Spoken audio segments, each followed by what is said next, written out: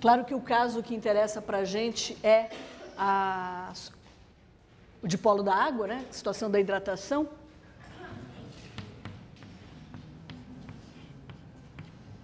Mas é uma interação que depende da carga do íon.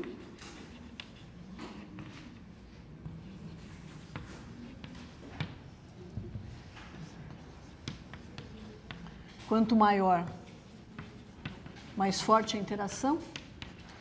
E quanto mais forte a interação, mais energia é liberada. Eu acho que era essa a tua pergunta, né, no final, desculpa. Quanto mais forte a interação, mais energia é liberada quando ela acontece. Se na interação é liberada uma quantidade de energia muito pequenininha, se eu der essa quantidade de energia, eu separo os dois. Lembra daquele poço de potencial? A mesma coisa que a gente fez para a ligação iônica. Se ao se estabelecer a interação entre íon e dipolo, eu tenho uma interação muito forte, isso significa que muita energia tem que ser liberada. Porque se eu quiser separá-los, é aquele tanto de energia que eu vou ter que dar. Tá? Então, quanto maior a carga, mais forte, e depende também do tamanho do íon.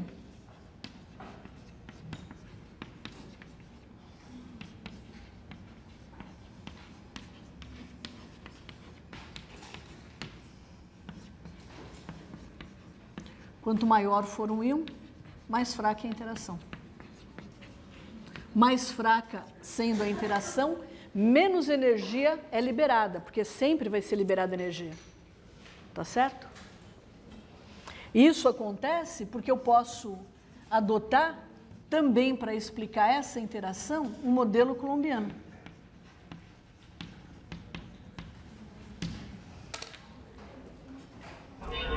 A gente sabe que nós estamos muito além, né, dos 3 estados da matéria que a gente sempre fala, né, Vitor?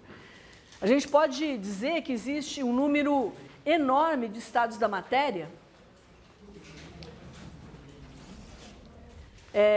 que não fazem parte desse núcleozinho básico. Mas para a gente, esses 3 estados funcionam bastante bem, servem bastante bem. O que é importante que nós saibamos, né? Que sempre que eu vou de um estado menos denso, né, como o estado gasoso, o que caracteriza um gás? Caracteriza um gás é a baixa densidade e o fato de que ele vai ocupar sempre todo o recipiente que o contém. Ele tem um volume, portanto, que é variável, dependendo de uma forma que é variável, dependendo do volume que ele ocupa, dependendo do recipiente que ele ocupa. E sempre que isso acontece, vai ocorrer porque as interações entre 2 partículas são fracas. Se as interações fossem fortes, não haveria como uma partícula se afastar da outra para ocupar todo o volume do recipiente. Tá certo? E é por isso, exatamente por isso, que o estado gasoso é o estado mais simples de nós descrevermos. É por isso que a equação de estado dos gases é conhecida desde o século XIX. Não é? Então, juntando, na verdade, os primeiros estudos sobre gases remontam ao século XVII, né, com os trabalhos de Boyle. Eu já comentei com vocês aqui isso. Então, as relações entre pressão e volume, que deram origem à famosa lei de Boyle, elas apareceram no século XVII, metade do século XVII. Depois nós, né, foram já mais para frente, um pouco 100 anos depois, foram descobertas as relações entre temperatura e volume. Por que demorou tanto tempo para se descobrir a relação entre temperatura e volume? Vocês têm ideia? Oi?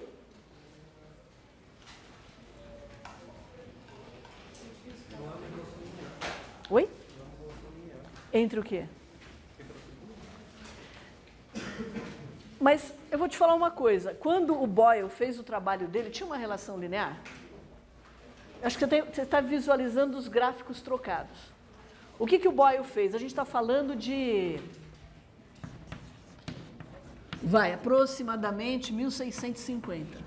Ele estudou a relação entre pressão e volume. Aliás, que gás o Boyle usou? Vocês têm ideia? Oi? Oi? 1650, vocês acham que o pessoal conseguia separar gás para estudar? Vou trabalhar com argônio. Vai lá no laboratório, imagina. Vou usar hidrogênio no meu experimento. Hélio, imagina. O hélio foi o último gás a ser liquefeito, né?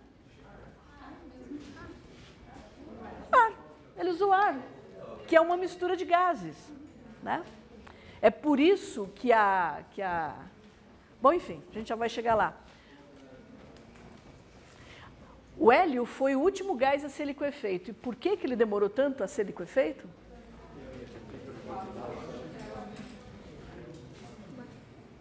Por quê? Por que ele tem ponto baixo?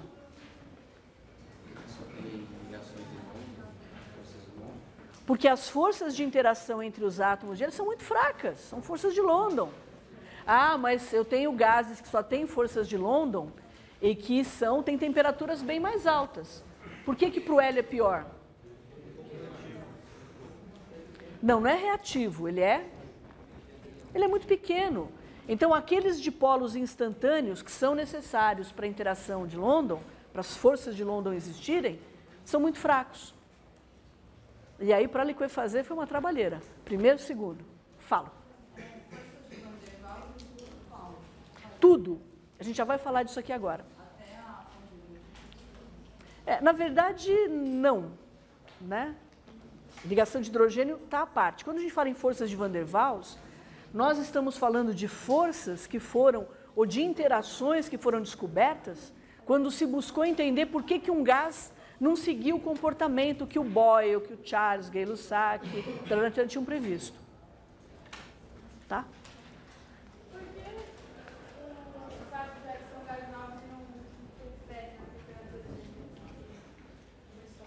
Mas quem falou que não interfere? Mas por que o principal fator é esse? Porque a interação, para o hélio se liquefazer, ele precisa ter uma força atrativa com outro átomo de hélio perto. Então, esse potencial atrativo faz com que todos interajam, e aí eu tenho um líquido. Qual é a característica do líquido? O líquido ele não ocupa. Eu trouxe aqui em uma aula um pouco de nitrogênio líquido para vocês verem. Ele ficou bonitinho lá dentro daquele frasco. Então, ele não foi ocupar todo o espaço. Por quê? Porque isso é uma característica de líquido. A interação entre as partículas é tão intensa que uma partícula não consegue sair por aí para o estado gasoso para ocupar todo o espaço. Fica preso. Agora, o quão preso, a magnitude dessa força que mantém um átomo preso ao outro, no caso do hélio, é força de Van der Waals, é dipolo instantâneo. E o dipolo instantâneo depende do tamanho do átomo. Se o átomo é pequenininho, a magnitude, a força desse dipolo instantâneo é pequenininha. Porque esse dipolo instantâneo é aquela movimentação de carga, lembra? É aquela distribuição heterogênea que eu tenho em átomos e em moléculas. Mas, tipo, aqui tem uma alternativa para o hélio mais novo. Por que está errado de falar que é baixo de ser um gás nobre? Porque só o fato de ser um gás nobre não justifica. Eu dei um exemplo para vocês ontem, eu comparei o hélio com o xenônio. Xenônio também é um gás nobre, a temperatura é menos 100. Tá? Menos 100 é uma temperatura maior do que a do nitrogênio, do N2. Do nitrogênio é 196 negativo, né? Então, tá bom?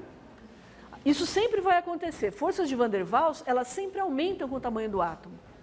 Porque quanto maior é o átomo, mais fácil é esses dipolos instantâneos se formarem, se estabelecerem. Então, Ítalo, a gente estava comentando, você faz um diagrama. O que o Boyle fez? Ele pegou ar, era o que ele tinha. Ah, vamos ver o que acontece. Eu vou aplicar uma pressão e vou medir o volume. Medir o volume é fácil, medir pressão é fácil, que era uma coisa que já era conhecida, né, desde o final do século XVI, medidas de pressão. Então, aí o que ele fez? Ele foi fazer isso experimentalmente. Então, o que ele observou? Que quando a pressão que ele aplicava era bastante alta, o volume era bastante pequeno. Aí ele foi lá e tinha um ponto, ele pegou o papel milimetrado que ele tinha na época, né?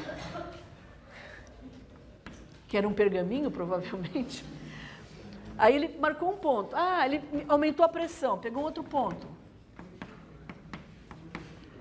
Aí ele teve uma curva assim.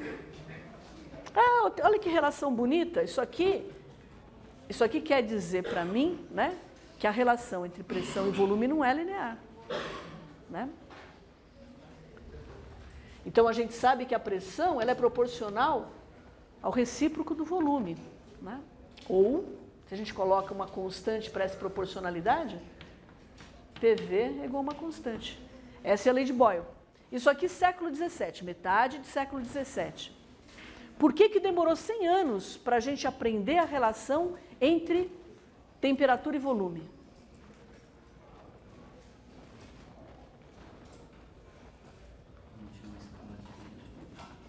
Oi?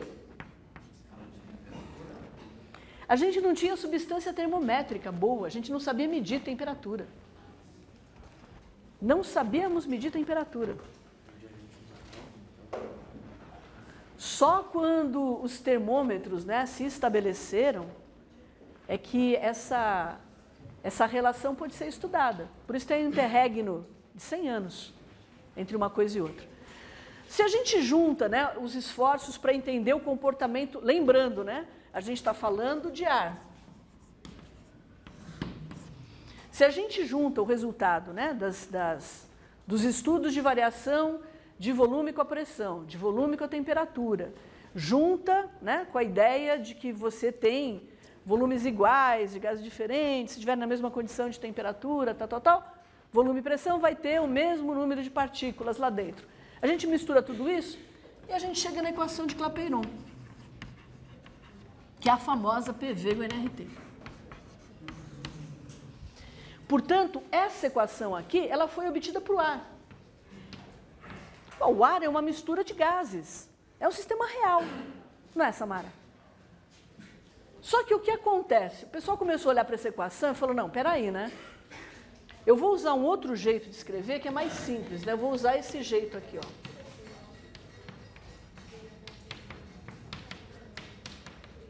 Então, esse V com uma barrinha em cima é o volume molar. Legal. Mas, olhando aqui essa equação, o que eu vejo? Eu já falei para vocês, se isso aqui, para uma dada temperatura, né, esse R é uma constante, né, constante universal dos gases. T é a temperatura. Para uma dada temperatura, esse produto PV aqui tem que ser constante. Mas se eu aumento a pressão e faço com que ela tenda a infinito, por essa equação aqui, o volume, ele vai tender a zero. Na verdade, né, é mais correto eu olhar daqui assim, né? O volume vai tender a zero. E, obviamente, não é isso que acontece. O que acontece para um gás real?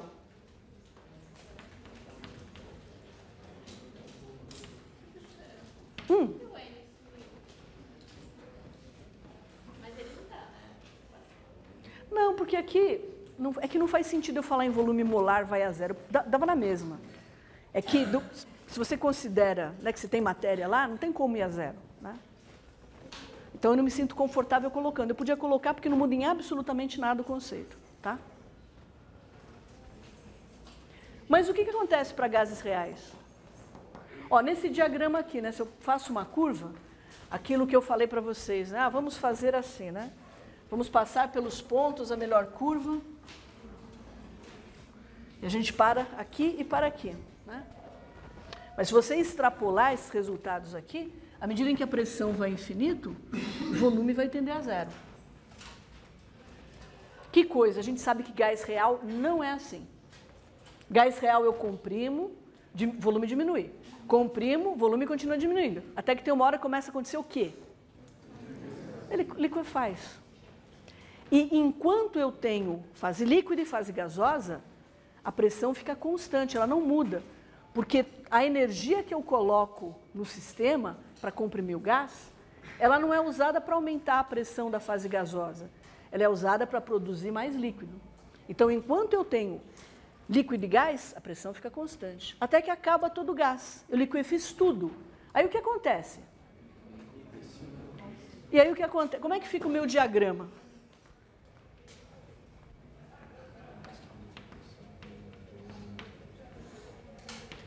Vamos fazer esse diagrama da equação de estado dos gases ideais? Isso aqui. Isso aqui é um gás ideal. Isso aqui é um gás real. Então vamos começar aqui, ó, com pressão baixa, volume grande. Eu vou comprimindo. Então nessa condição, se a pressão é baixa e o volume é grande, isso significa, principalmente porque o volume é grande, que a distância média entre as partículas do gás é grande. Então uma não sente a presença da outra. O comportamento é um comportamento de gás ideal, né? Então, nessa parte aqui da curva, eu espero que tenha uma certa coincidência.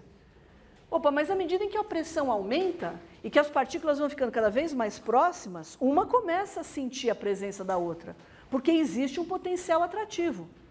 Então começa a ter um desvio.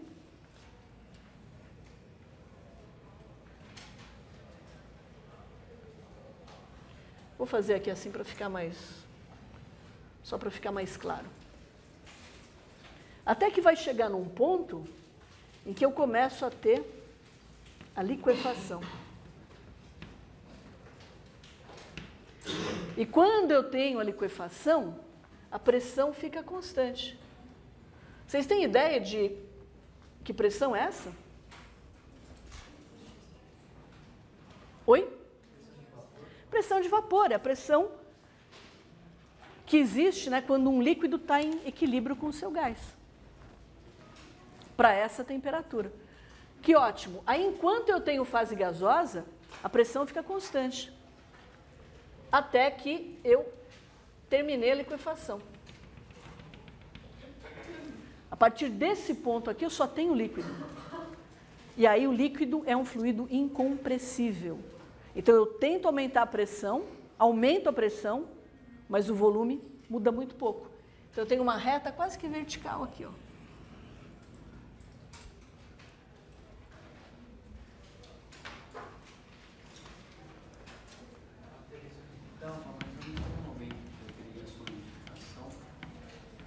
Nessa faixa de pressões aqui, não. A gente pode ver isso num diagrama PVT mais completo. Aqui nessa faixa não dá para ver. Num diagrama de fase mais completo você vê.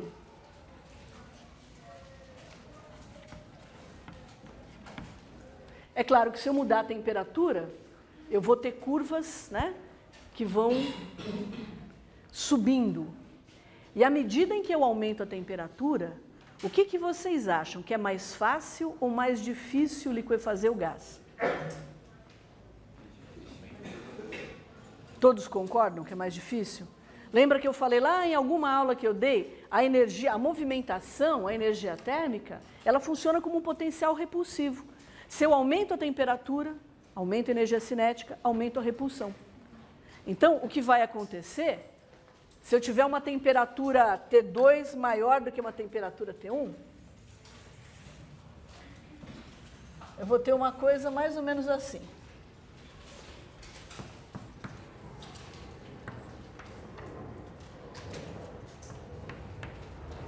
Isso aqui continua desse jeito, até que vai ter uma temperatura que eu não consigo mais liquefazer aquele gás, por compressão.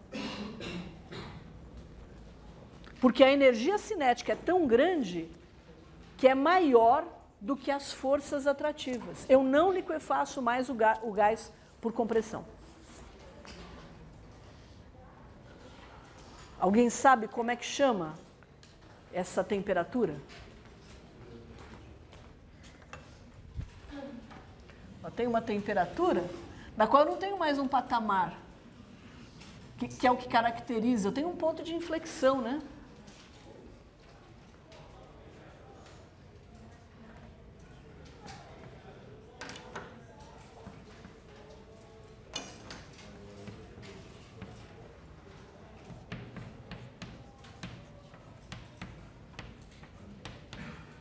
Alguém tem ideia?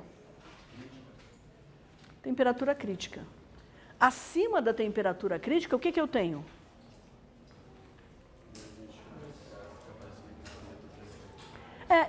Mas eu tenho um fluido, certo?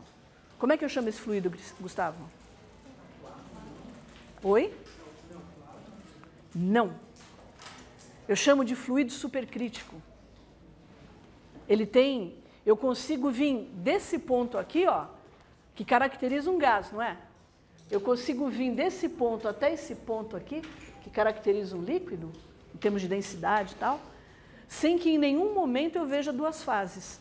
Eu vou ter um fluido que tem a mesma densidade de um líquido, que tem propriedades de líquido e propriedades de gás, mas que não é um líquido. É um fluido supercrítico.